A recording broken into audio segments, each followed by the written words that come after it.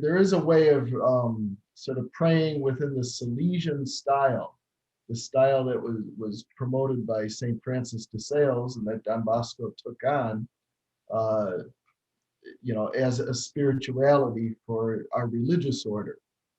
And when Don Bosco, his cause for canonization was originally, up, and they were pushing the cause. Whenever there's a canonization like that, the church appoints someone who's called the devil's advocate. And that person is someone who is supposed to oppose the canonization and come up with reasons why the canonization shouldn't take place. In the case of Don Bosco, the devil's advocate argued that he shouldn't be made a saint because he was always so busy that he never had time to pray. And so then the other side, was Salesians who were sort of pushing Don Bosco's cause, said he had to come back with a response. The response was that Don Bosco always prayed. His whole life was a prayer. And then they gave, many, many examples as to how he did that. And a lot of it was just the fact that Don Bosco throughout his life was in constant conversation with God. And that was taken from the spirituality of St. Francis de Sales. Francis de Sales wrote, I don't know if you would call it a pamphlet or a book or what, but it was called the Spiritual Directory.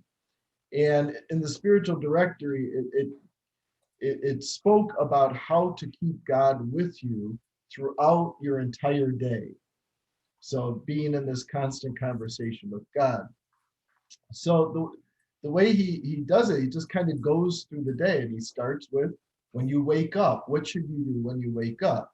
So I want to just go through some of those types of things today as to, ways that you can make the ordinary things that you do in life become a prayer, so that you're in constant conversation with God.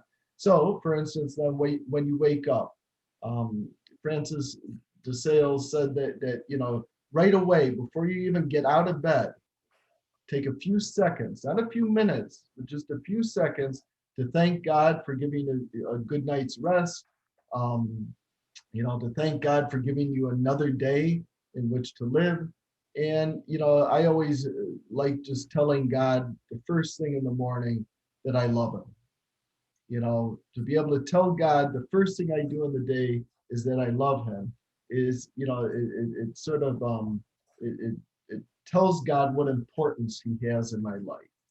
And then, but you only spend a few seconds on that. You don't take a lot of time. Then you get out of bed and you go about, your sort of your morning routine of getting ready for the day. So, for instance, as you wash up, you can ask God to cleanse you of your sins, just as you're cleansing your body or you're cleansing, your teeth, and that to thank God and to ask him to keep you from sin, keep you free from sin that day, keep your soul clean that day.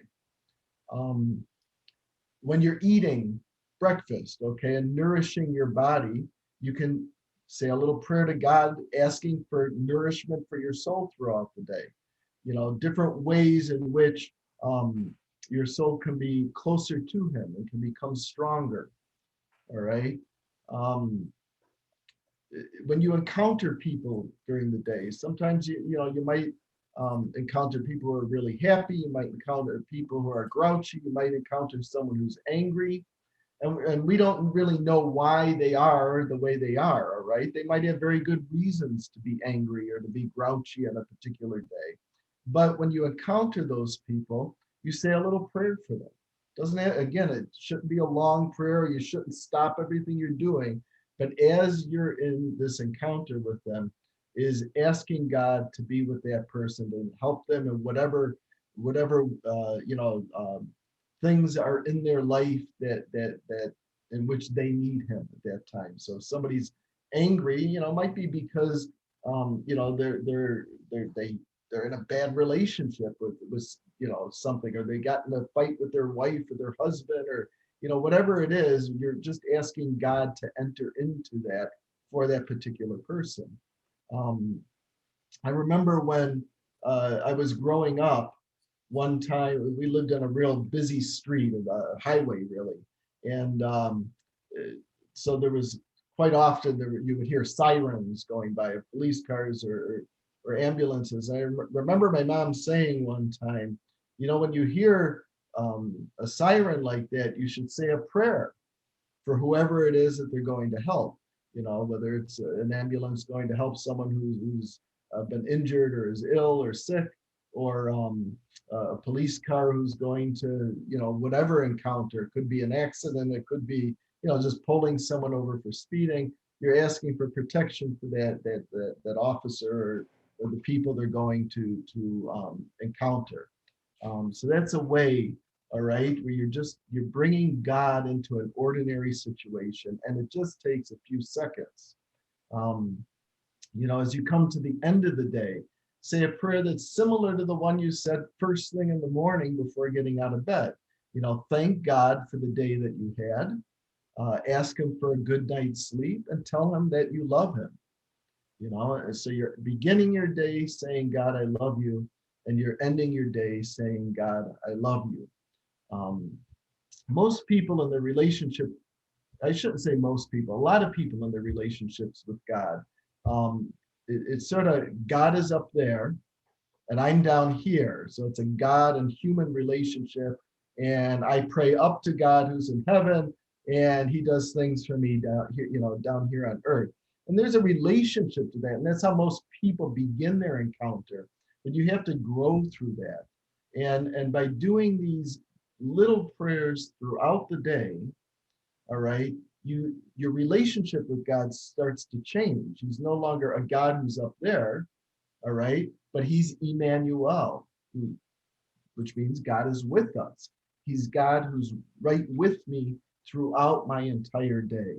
All right, my relationship now is not just one between a God and a human, but it's through a father and a son, or a brother and a brother. Okay, or, you know, just two good friends. God becomes your friend then, that comes with you throughout the day. All of us go through life, right, with these thoughts in our minds. We're always kind of talking to ourselves about everything that happens. All right, but if we make a conscious effort, we can change that conversation that goes on in our mind into a prayer and a conversation with God, so that all those things we think about becomes a conversation with God. All right. And then our relationship with God isn't this distant, He's up there, I'm down here, but it becomes much more intimate, and I become much more close to Him. And He becomes a part of every moment of my life. And so that's what I encourage you guys to do, you know, throughout the summer, and then going forward. Try to make God a part of every moment of your day. Okay. And in the beginning, you have to make the conscious effort to do that. But the more you do it, the more it becomes very natural and easy. And a lot of times, you're not even realizing that you're doing it, that you're sort of starting a conversation with God, because it's just this ongoing conversation with Him at all times.